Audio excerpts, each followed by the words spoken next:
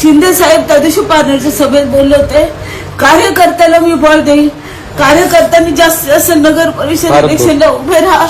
त्या शब्दाला मी इलेक्शनचा फॉर्म भरला. या इलेक्शन मध्ये एबी फॉर्म सकाळपासून आम्ही मागे बसलो.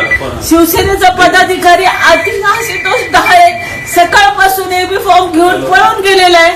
आम्हाला बघून तो रस्त्यात पळून अरुण मुंडेच्या ऑफिस मध्ये बसला. त्याने एबी फॉर्म विकलेले आहेत.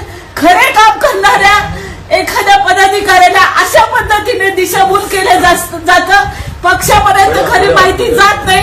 आम्ही खरे काम करणारे पदाधिकारी आम्हाला नगराध्यक्षाचा मला एबी फॉर्म दिला नाही आणि त्याला तो फॉर्म संदर्भ मताने कुणाला तरी पैसे घेऊन विकलेला आहे. त्या आशुतोष ढाळेवरती कारवाई झाली पाहिजे आणि शेवगावच्या जनतेला कळायला पाहिजे की शेवगावचं राजकारण इतक्या खालच्या पद्धतीचं आहे की शेवगावच्या जनतेला राजकारणी मॅनेज करतात.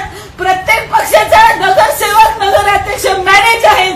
कुणाचे दारूचे अड्डे आहेत, कुणाचे जुगाराचे अड्डे आहेत, कुणाचे लॉजिंग बोर्डिंग वेश्या व्यवसाय चालतो, कुणी रस्त्याचे ठेकेदार आहेत.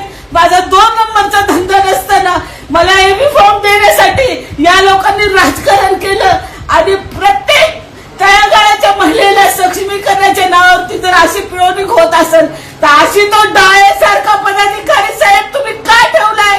त्याचं काय अस्तित्व आहे? त्यानं पक्ष वाढवलं का इथलं? याची तुम्ही दखल घेतली का? माझी अवस्था जर मला काही बरं वाईट झालं तर आदरणीय शिंदे साहेब तुम्ही आशुतोष ढाळेला आणि आशा बाबूशेठ ढाळेला तुम्ही बाबूशेठ टायरवाला आशुतोष ढाळे असे पदाधिकारी नेमून तुम्ही तुमच्या पक्षाचं वाटोळ करताय. खरे कार्यकर्ते तुम्ही बाजूला करताय, त्याची दखल घेतली जात नाही. प्रत्येक